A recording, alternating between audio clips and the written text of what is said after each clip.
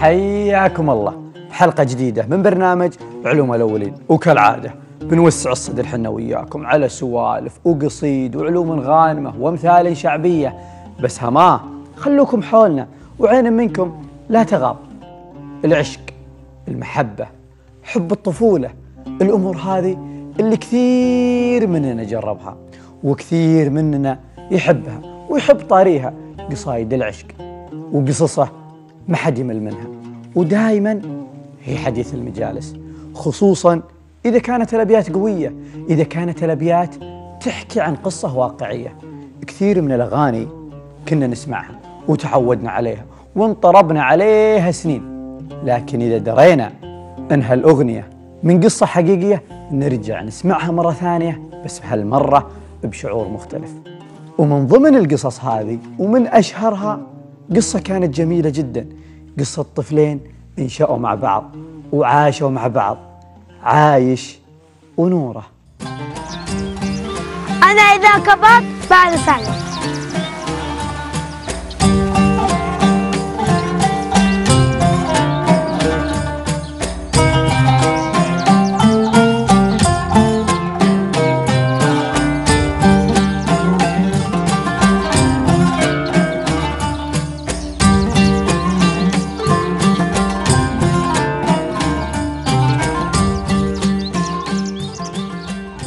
وراحت الأيام ونوره وعايش كبروا وصاروا في سن الزواج، بس الزواج يبي له عدة وعتاد، يبي له ذهاب، يبي له دراهم، حتى لو شيء بسيط يخليك تقوم البيت.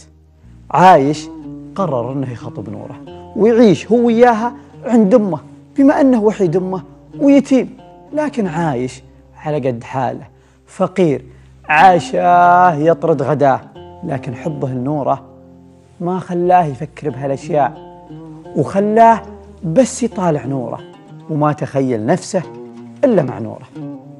قام عايش وتكشخ ووجه البيت وبنوره وهو متشقق من الفرحة.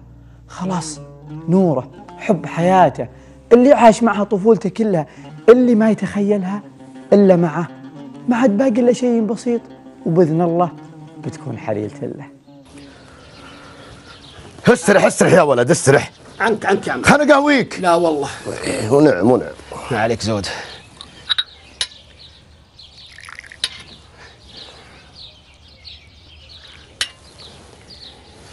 يا عمي أنا جايك أخطب نوره، وأنت عارف أنا رجال يتيم، لا عم ولا خال، لكني أنا اللي بشيل عمري. تقهو يا ولدي تقهو، بس يا ولدي نورة مهرها كايد، وانت رجال غداك يلحق عشاك، ولا انتم حموت طيبة والف نعم، وانت رجال ونعم، لكن ما تقوى على مهر نورة. واللي يجيب لك مهرها من جيدك. توعدني يا عمي؟ توكل على الله. أجل إن شاء الله، حول حول وأنا عندك، وماني معود إلا بمهرها. توكل على الله، الله يوفقك. فمان الله. فمان الله.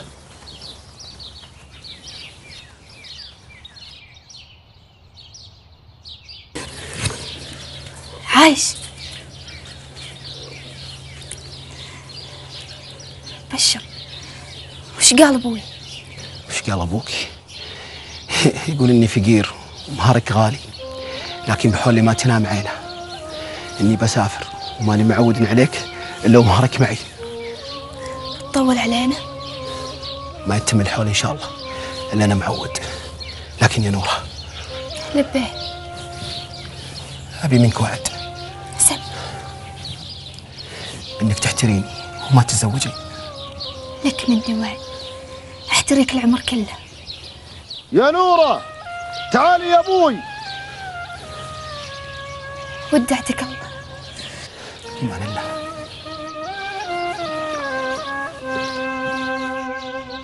اطلع عايش وهو ضايق صدره من كسر خاطره، وشلون نوره اللي يبيها اللي ما يتخيل إلا أنها معه ردها أبوها. اطلع من الديرة وهو مصمد وهو معزم وهو كل أحلامه مبنية على نوره، إنه بيشتغل ويكد ويكدح عشان يجمع مهرها، عشان يعيش هو وياها بسعادة. عرفت، لا صرت تحب شخص وتبي تزوجه وتكرف وتجتهد وتبي تكون أمورك زينة عشان تسعده، عشان تعيش أنت وياه حياة سعيدة. وهذا اللي كان يفكر فيه عايش. وغاب سنين، وخلال هالسنين جمع له حلال ودراهم وزانت حاله، وكل هالسنين يفكر في نوره، يتحين الفرصة انه يترك تجارته ويكون مكتفي ويجي يخطب نوره. وبعد هالسنين الطويلة عود عايش وجاك متلهف، واول ما يدخل الديرة يروح لأمه. أمها هم عاد جعل والدينا في الجنة، ويسلم عليها ومن أمه ويوجه البيت أبو نوره.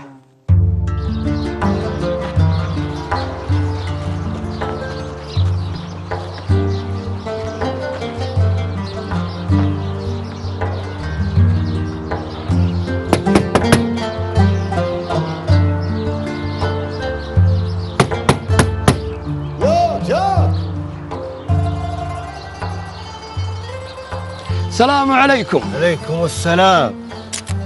ها عايش؟ ما شاء الله تبارك الله، وش ذا الزين؟ أبشرك الحمد لله، الله رزقني بمال وحلال ولله الحمد. الحمد لله الحمد لله، الله يرزقك الله يرزقك. الحين أنا جيتك طال عمرك على الوعد، وجبت مهر نوره معي، وجايك أحدد يوم العرس. وش عرسه وش مهره وش نوره؟ نوره أعرست، الله رزقها برجال طيب. شو؟ والوعد وينه؟ والليالي اللي تعبتها والسهر تقوم تزوجها؟ يا ولدي جاليني خبل اخلي بنتي تحتريك وتبور. نوره تزوجت من رجال طيب، بس اقول بنات الاجواد واجد. رح توكل على الله، بس راح اشوف لك عروس. من خذاها؟ من تزوجها؟ اقول توكل على الله لا اكثر، توكل.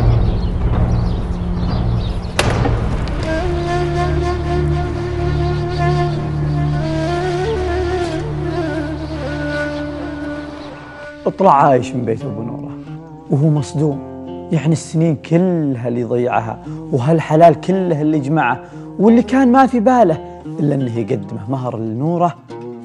راحت نوره والمشكلة ما يدري وينها، حلمها انقطع.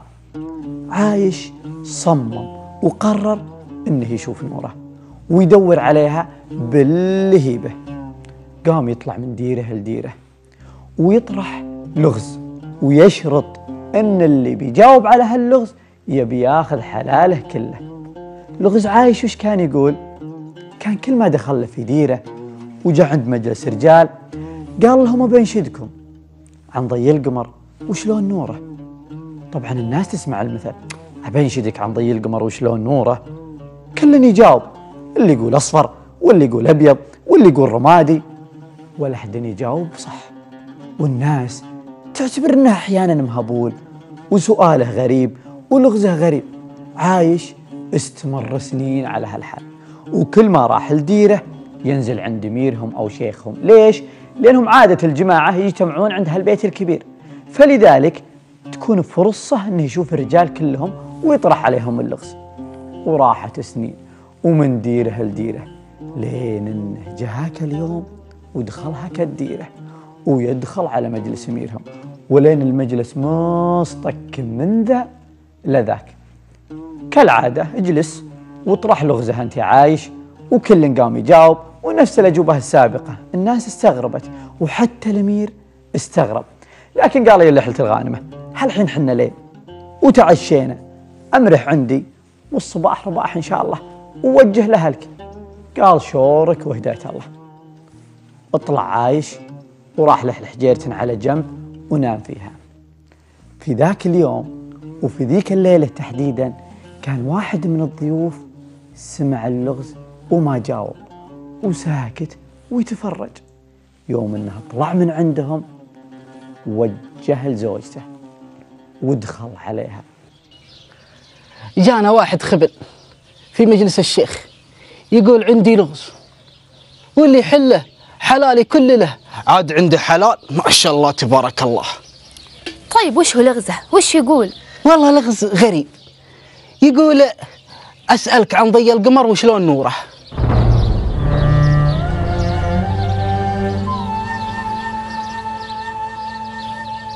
اسمع، لا جيت باكر بمجلس الشيخ إيه؟ قل له مثل السمك دون البحر وشلون عايش. أنت متأكدة هذا حله؟ اي والله اني متأكدة. أجل بكرة بروح للشيخ وأعلمه.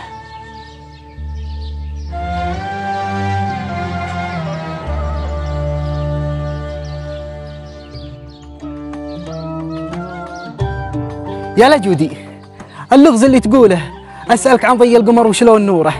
ايه الله الله. أبشرك لقيت حله. وش حله؟ مثل السمك دون البحر وشلون عايش.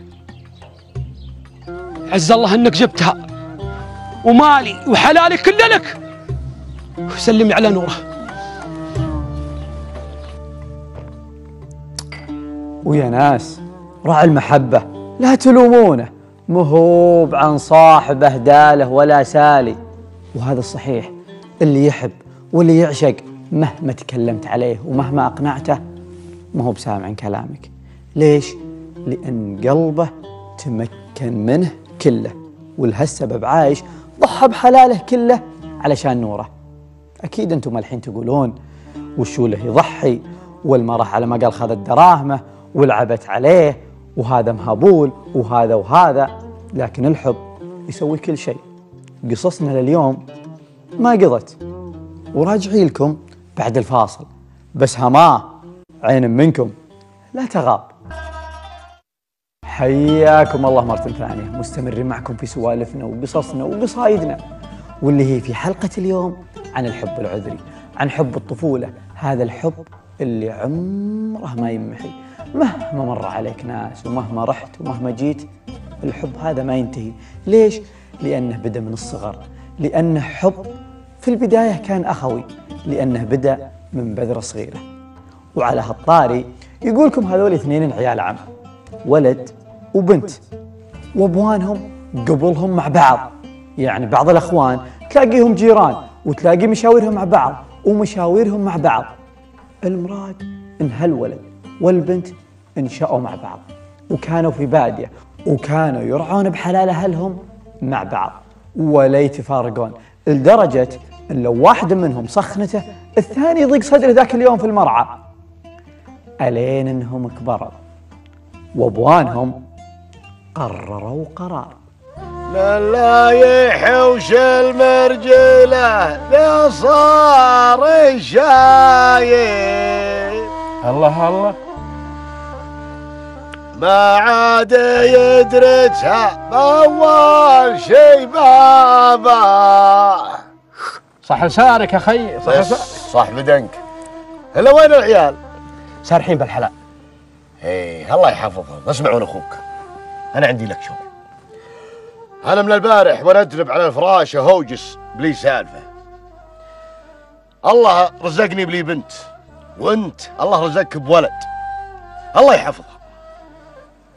انا اشوفك من امس تهوجس وتفكر وعندك راي. وش يا اخوي؟ الا وانا اخوك، ايش رايك ما نزوج بنتي لولدك قبل لا تنحني ظهورنا؟ والله ياخذ مات. يا خي شور شورك والراي رايك، وتبني ننهج المطوع يملك لهم. توكلنا على الله. توكلنا توكلنا على الله. والله يوم جلس الأبوين مع بعض اللي هم الأخوان، وجا ولد واحد منهم وجلس معهم، علموه القرار. طبعا الولد انبسط، وش يبي غير بنت عمه؟ والله يملكونهم ولا يعلمون البنية. طبعا جهل من أول، والناس يعني كثير من الأمور ما تدري عنها. المراد أنهم ملكوهم ذيك الليلة، ومن أول لا هنا شوفة شرعية ولا هنا شيء ولا ردهاته ولا بنجهز ولا شيء. في ليلتهم ملتوهم الولد وعرف. لكن البنت يوم عودت من المرعى كان أبوها ما هو موجود، كان لاهم مع عمها وولد عمها يملكون ويشتغلون ويدبسون من وراها. المراد أن أبوها يوم أنه عود للبيت ولينها قد نامت، قال ما يكون إلا خير إن شاء الله، لا مني صحيت علمتها. البنت صحت قبل أبوها وهي ما تدري وش اللي صار في الليل، وعلى